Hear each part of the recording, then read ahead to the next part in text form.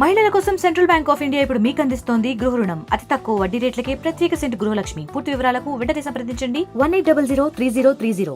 దేవుడు పంపగా వచ్చాను ప్రజల కొరకు, ముఖ్యంగా తెలుగు రాష్ట్రాల కొరకు, దేశం కొరకు.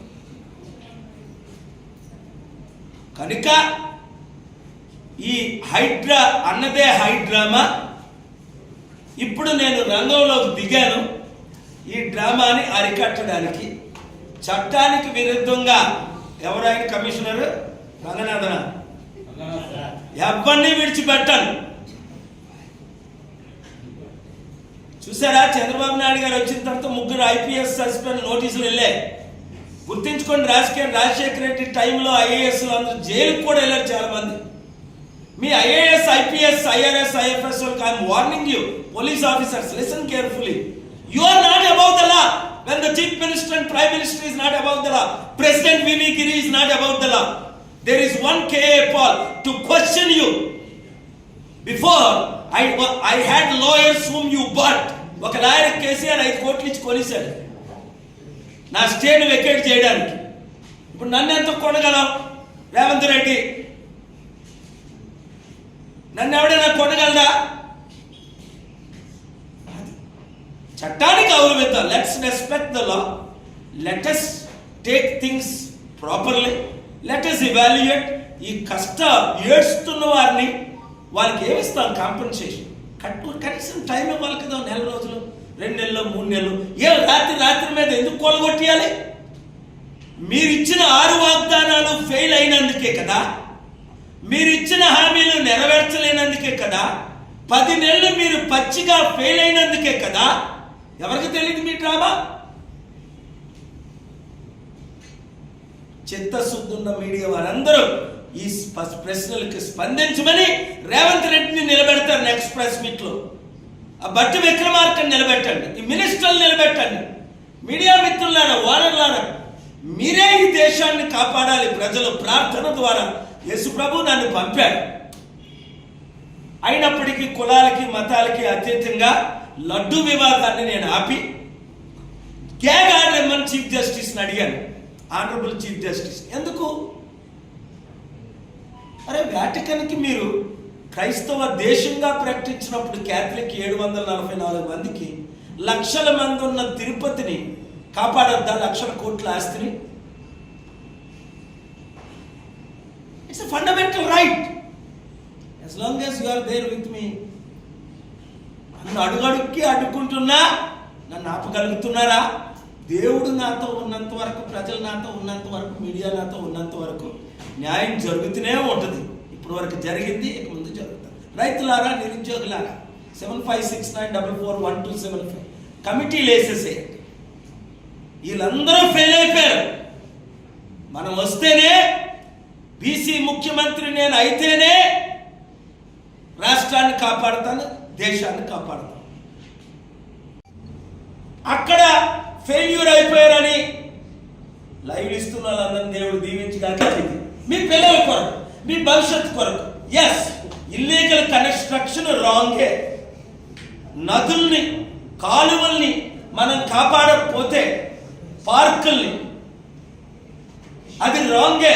రేవంత్ రెడ్డి ఐడియా బాగుంది, మరి ఈ ఐడియా వెనకతల ప్లాన్ బాగోలేదు, ఇంప్లిమెంటేషన్ బాగోలేదు, చట్ట విరుద్ధం అని వాళ్ళకి తెలిసిపోయింది. అందులో కోర్టులో స్టే ఉంటుండగా కొన్ని విషయాలు ముందు అమెండ్మెంట్, ఇంత పెద్ద కట్టడాన్ని కూల్చడం ఎవడైనా కూల్చేస్తాడు. కొత్తగా 4 మెషిన్లు తీసుకొచ్చినట్ట డ్రైవర్కి 2.5 లక్షల శాలరీలు అట. ఎందుకంటే ఆడు 15 నిమిషాల్లో కూల్చి పడేస్తున్నాడు.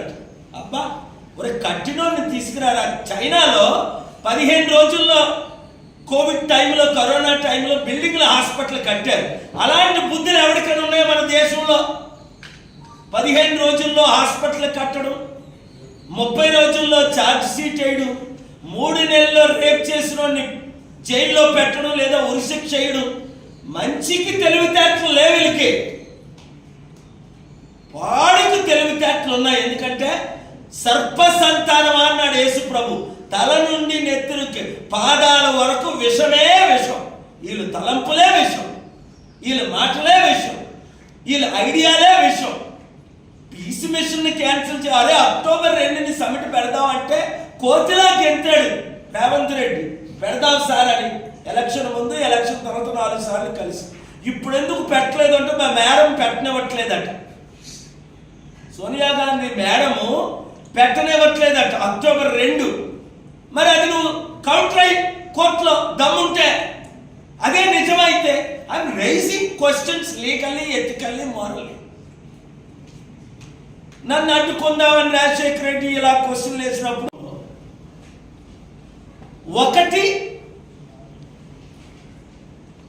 ఎవరు ఈ నదులు, కాలువలు, పాండ్స్ ఆక్యుపై చేశారు అంటే రాజకీయ నాయకులు. వారిలో ఒకరినైనా రేవంత్ రెడ్డి గవర్నమెంట్ ప్రాసిక్యూట్ చేసిందా? లేదు. 2, ఎవరు బిల్డ్ చేశారు ఈ ప్రాపర్టీ? ఈ రాజకీయ నాయకుల ద్వారా కొని బిల్డర్స్ ని కానీ, కన్స్ట్రక్ట్ ఇంజనీరింగ్స్ ని కానీ ఈ హైడ్రా వచ్చిన తర్వాత ఒకరినైనా జైల్లో పెట్టారా? పనిష్మెంట్ చేశారా? శిక్షించారా? లేదు. 3, కలెక్టర్లు, officers, revenue officers, planning officers అందరూ ఎంతో మంది పర్మిషన్లు ఇచ్చారు ఈ కట్టడానికి. ఒక్కరినైనా శిక్షించారా? లేదు. వందల కోట్లు విలువైన ప్రాపర్టీల్ని, ముఖ్యంగా నాగార్జున లాంటి, పల్లవరాజు లాంటి ఆంధ్ర నుంచి వచ్చి ఇక్కడ సెటిల్ అయిన వారిని ఫోకస్ చేస్తున్నారు, టార్గెట్ చేస్తున్నారని ఆరోపణలు. ఎవరైనా సరే చట్టానికి ఎవరు గొప్పవారు కారు. రేవంత్ రెడ్డి కూడా చట్టానికి లోబడి ఉండవలసిందే. సరి అయిన సమయానికి నోటీసులు ఇచ్చారా? లేదు. నోటీసులు ఇచ్చిన తర్వాత సమయం ఇచ్చారా? వాళ్ళు విలువైన పాత్రలేంటి, ఫోటోలేంటి, మెమరీస్ ఏంటి, సర్టిఫికెట్స్ ఏంటి, ఒక కుటుంబంలో 30-40 సంవత్సరాలు మీరు ఉంటున్నారంటే ఎన్నో వాల్యుబుల్స్, అవన్నీ తీసుకురాలి. లేదు. దానికి రుజువు మీడియాయే. మీడియాలో మనం చూస్తున్నాం నిష్పక్షపాతంగా వాళ్ళు నెత్తి నోరు కొట్టుకుంటున్నారు, సూసైడ్ చేసుకుంటున్నారు అంటున్నారు, నన్ను అప్రోచ్ అవుతున్నారు. ఎస్, హైడ్రా తీసుకురావడం మంచిదే, కానీ చట్ట విరుద్ధంగా దాన్ని ఇంప్లిమెంట్ చేయడం చట్టానికి విరుద్ధమనే నేను ఈరోజు ఆనరబుల్ హైకోర్టుని, సుప్రీంకోర్టుని అప్రోచ్ అవుతున్నాను. ఆ ప్రొసీజర్ రైట్ కాదని వాళ్ళు ఒప్పుకొనే ఆ జీవోని ఇప్పుడు ఎమెండ్ చేస్తున్నారు. మరి ఇప్పుడు వరకు జరిగిన అన్యాయం ఎవరు బాధ్యులు? రేవంత్ రెడ్డా? తెలంగాణ గవర్నమెంట్ 8 లక్షల కోట్ల అప్పు ఉన్నది. ఎవరు ప్రశ్నిస్తారు ఈ విధంగా? కేసీఆర్, కేటీఆర్ మాట్లాడితే ఇది రాజకీయం అని అందరికీ తెలుసు. అక్కడేమో లడ్డూ వివాదం 3 నెలల కిందట తెలిస్తే, ఇప్పుడు దొంగ చచ్చిన 6 నెలలకు కుక్క మొరిగిందని. మరిన్ని వీడియోస్ కోసం ఛానల్ ని సబ్స్క్రైబ్ చేయండి, లేటెస్ట్ అప్డేట్స్ కోసం వాట్సాప్ ఛానల్ ని ఫాలో చేయండి, అండ్ లింక్ డిస్క్రిప్షన్ లో ఉంది.